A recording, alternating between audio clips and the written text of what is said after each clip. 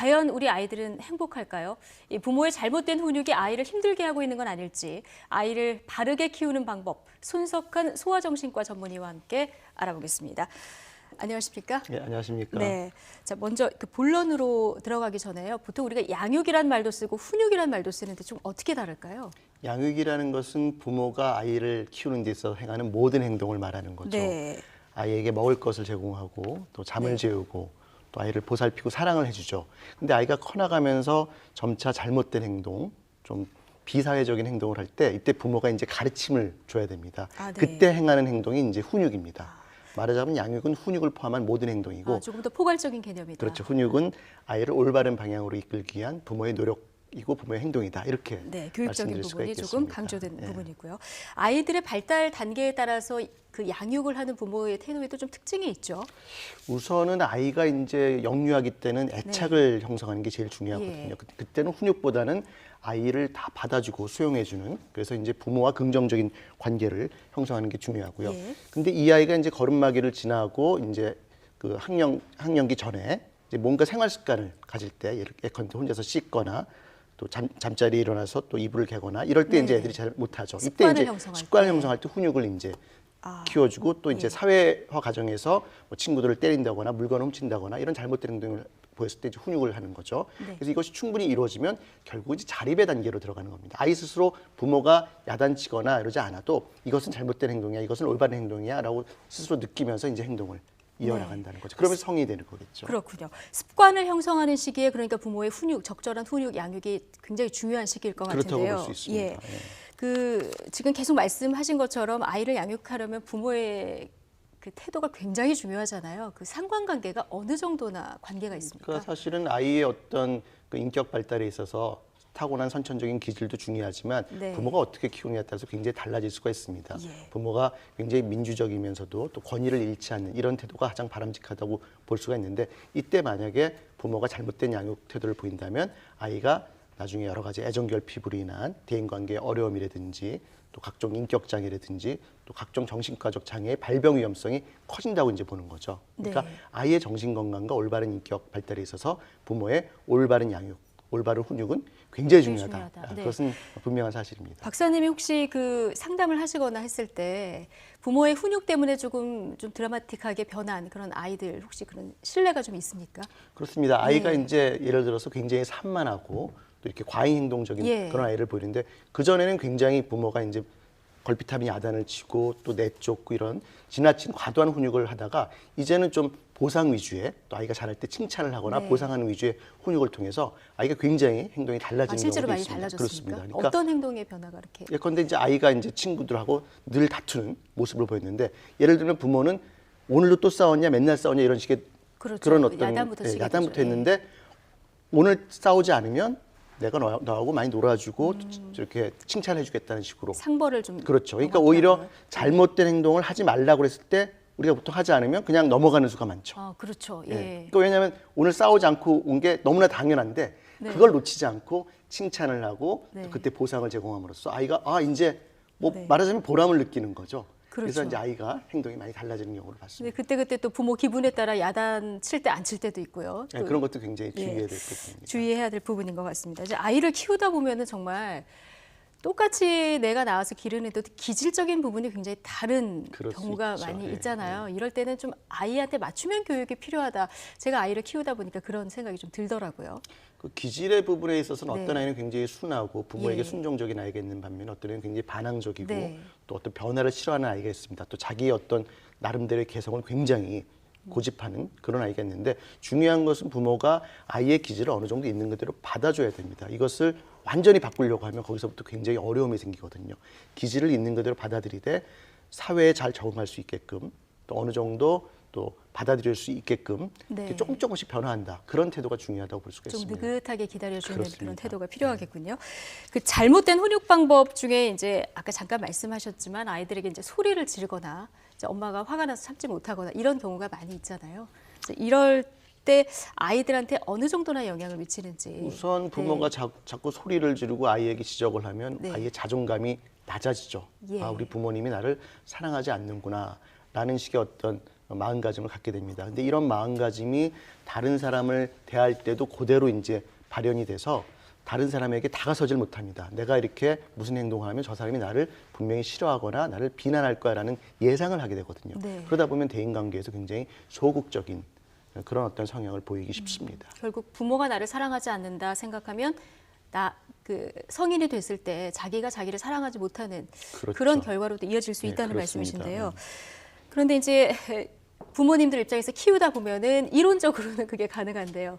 사실은 이제 한두 번 이렇게 좋은 얘기로 하다가 한 세 번째쯤 되면 이제 소리가 올라가기도 하고 그렇지 않습니까? 사실은 아이들 교육에 앞서서 저는 좀 부모 교육이 좀 필요하지 않을까 이런 생각을 좀 하게 되는데요.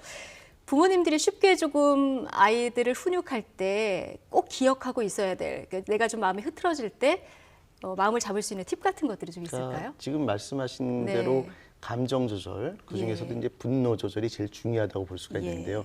내가 이미 감정이 불안정한 상태에서는 훈육을 뒤로 미루는 것이 좋습니다. 일단은 예, 기다리고요. 그러니까 아이를 지금 야단치고 싶은데 내가 지금 화가 너무 머리끝까지 화가 났다. 났다 그러면 그 상황을 벗어나서 나중에 이따 저녁 때 얘기한다든지 내일 얘기한다든지 해서 우선은 내 마음을 가라앉히는 게 우선이죠. 그러려면 아이하고 잠시 떨어져 있는 게 좋습니다. 일단은, 바로 내 눈앞에 네. 아이의 어떤 눈에 거슬리는 행동이 있으면 그걸 참기가 어렵거든요. 그러니까 사람인지라. 아이에게 잠시 나가 있게 한다든지 혹은 내가 오히려 피해 있으면서 우선 내가 마음을 좀 가라앉히고 이때 예. 가라앉히는 방법은 내가 조금 좋아하거나 평소 즐겨하는 활동하는 것이 좋습니다. 네. 그런데 이제 어머니들은 뭐 드라마를 좋아하니까 드라마를 다시 이제 재방송으로 볼 수도 있고요. 혹은 이제 잠깐 음악이나 감정을 식힐 수 있는. 음악을 좀 듣거나 네. 아니면 이제 책을 좀 읽거나 해서 우선 마음을 차분하게 가라앉힌 다음에 그 다음에 훈육으로 이루어져야지 네. 그 상태에서 자칫 잘못해서 이제 아이를 야단친다고 하면 그 흥분한 상태에서 나도 모르게 훈육적 행동을 넘어서서 이른바 요새 많이 얘기되는 아동학대 수준까지 갈 수가 그럴 있거든요. 수 있죠. 예. 이 부분을 굉장히 조심해야 된다고 볼 수가 있습니다. 알겠습니다. 일단 감정이 내가 안정되지 않았을 때는 잠깐 시간을 벌어서 감정을 진정시키고 그렇죠. 아이의 훈육에 들어가는 거 이걸 꼭 이 기억을 분노라는 것은 순간적으로 네. 피크를 정점에 올랐다 이렇게 점점 좀 가라앉는 속성이 네. 있거든요. 그러니까 이 정점에 올랐던 순간을 좀 피하자는 피하는 의미입니다. 거. 네. 이게 중요한 팁이 될 것 같습니다.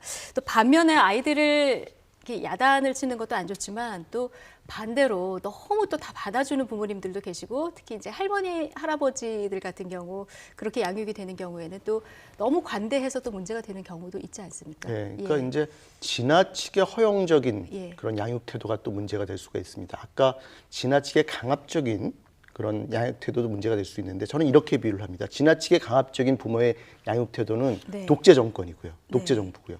지나치게 허용적인 부모의 양육 태도는 무정부 상태입니다. 무정부 상태. 둘 다 안 네. 좋지만 무정부 상태라는 네. 것은 도저히 행동 통제가 이루어지지 예. 않는 거죠. 그러니까 아이가 욕구 조절을 도저히 할 수 없는 네. 그런. 근데 부모 앞에서는 그것이 가능할지 모르지만 일반 사회나 친구들 또 조직에서는 전혀 그런 것이 통할 수가 없죠. 그러니까 사회에 적응하기 굉장히 어려운 아이가 될 수밖에 없고 결과적으로는 네. 이렇게 지나치게 허용적인 부모의 양육 태도 밑에서 자란 아이는 독립하기 어렵습니다. 네. 계속적으로 부모에게 의존해서 끊임없이 부모가 나이 들 때까지 자신도 나이 들 때까지 계속 요구적인 사람으로 될 수가 있습니다. 네, 이제 가정 분위기를 독재 정부로 꾸며서도 안 되고 무정부 상태로 꾸며서도 안 된다고 말씀하셨는데요. 그러면 이제 좀 구체적으로 올바른 훈육법을 좀 구체적으로 하나씩 좀 설명해 주실까요? 몇 가지 좀 말씀을 네. 드리고 싶은데 예. 우선은 명령보다는 요청하기, 부탁하기, 그것도 좀 정중하고 친절하게 얘기하는 것이 좋습니다. 정중하게 아이라 할지라도 예를 들어서 예. 뭐뭐 하지 마 이러는 것보다는 뭐뭐 이렇게 해줬으면 좋겠다라는 좋겠다. 식으로 아, 해주겠니? 라는 식으로 똑같은 말이라고요? 요청이죠. 예, 이렇게 할 수가 네. 있고 그 다음에 이제 우리가 나 전달법이라는 게 있고 너 전달법이 있는데 영어로는 이제 I, 그다음 you 건데요. 그러니까 이건 어떤 겁니까? 그러니까 나 전달법이 좋다는 거죠. 네. 너 전달법은 너 맨날 그런 식으로 또 이렇게 공부 안 하고 놀아. 이게 너 전달법입니다. 아, 네, 상대방을 예. 비난하는 거죠. 나 비난하는 전달법은 거? 네. 엄마인 나는 네가 공부를 다 마치고 마음껏 놀았으면 좋겠다. 아, 이렇게 해야지 이렇게. 아이가 이제 비난받는 느낌을 좀 덜 제가 받는 듣는 거죠. 입장에서도 느낌이 그렇죠. 확 다르네요. 훨씬 더 부드럽죠. 같은 의사전달을 예. 하더라도요. 그다음에 네. 이제 역시 보상을 적절히 사용해야 됩니다. 아이가 행동을 잘 따랐을 때는 네. 적절한 물질적 보상을 줄 수도 있고요. 또 오늘같이 어린이날 같은 경우는 어디 특별한 외식이나 어디 놀러 가는 아이가 좋아하는 활동을 통한 보상을 여긴 칭찬도 포함이 되는 것이고요. 네. 그다음에 아이가 잘못할 때 타임아웃을 이용하는 것이 좋습니다. 이 타임아웃이라는 것은 잠시 아이가 내 눈앞에서 떨어져서 혼자서 생각하게끔 하는 것입니다. 뭐 때리고 이런 게 아니라 네. 혼자서 반성하는 시간 혹은 생각하는 의자에 앉아서 네. 아이가 충분히 자신의 잘못이나 자신 행동에 대해서 생각하게끔 하는 이런 것을 얼마든지 물리적인 강화 없이도 아이 행동을 올바르게 교정할 수가 있다는 것이죠. 네, 그러면 이런 기본적인 훈육법을 가지고 구체적인 한번 예를 한번 들어볼까요? 예.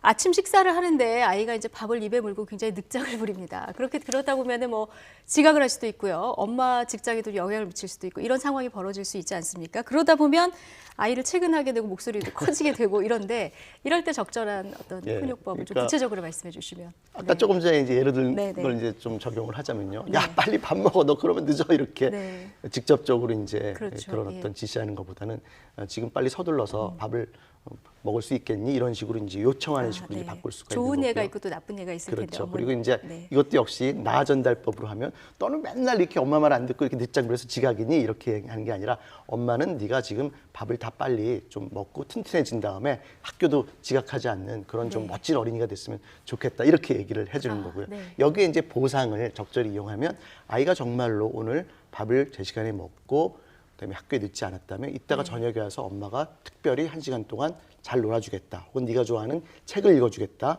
혹은 뭐 간식을 해주겠다. 네가 좋아하는 피자를 사주겠다는 식의 적절한 보상을 약속을 하는 거죠. 네. 이와 같은 과정이 반복적으로 된다면 아마 충분히 고칠 수 있을 네네. 것입니다. 그 무엇보다도 이건 제가 잘 못한 건데 공감해주는 대화법이 되게 굉장히 중요한 것 같습니다. 네. 그러니까 어머니나 아버님들이 우리 보통 아이들을 대할 때 이제 도덕 교과서 같은 얘기를 많이 하지 않습니까? 뭐 이렇게 하지 마라, 이건 옳다 이런 얘기를 하는데 공감해주는 대화법의 그 영향력은 어느 정도? 그러니까 이제 될까요? 사실은 그냥 네. 지금 말씀하신 대로 도덕 교과서처럼 얘기하는 것 자체는 굉장히 이성적인 판단에 이제 근거를 하는 거고 공감이라는 것은 아이의 감정에 초점을 맞춘 거죠. 그래서 아이의 아이의 이제 행동을 보고 야, 너 힘들었겠다. 네. 혹은 이유가 있을 거야. 뭔가 이유가 있을 먼저, 거야라고 네네. 얘기를 하고 공감을 해주고. 그렇죠. 네. 네 마음 알 것 같아. 하지만 그런 행동은 잘못이야.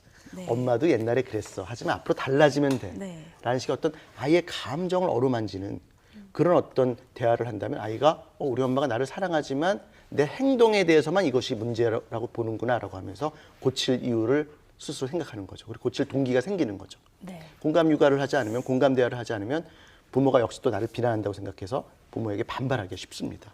네, 알겠습니다. 공감해주는 대화법 굉장히 중요할 것 같고요. 아까 말씀하신 여러 가지 그 훈육법들 잘 기억하고 무엇보다 중요한 거는 부모가 일관적인 태도를 가지는 것. 그렇습니다. 이게 가장 일관적인 게 중요하지 중요하죠. 않을까 싶습니다. 자, 지금까지 어린이들을 올바르게 훈육할 수 있는 여러 가지 방법들 손석한 소아정신과 전문의와 함께 알아봤습니다. 고맙습니다. 네, 감사합니다.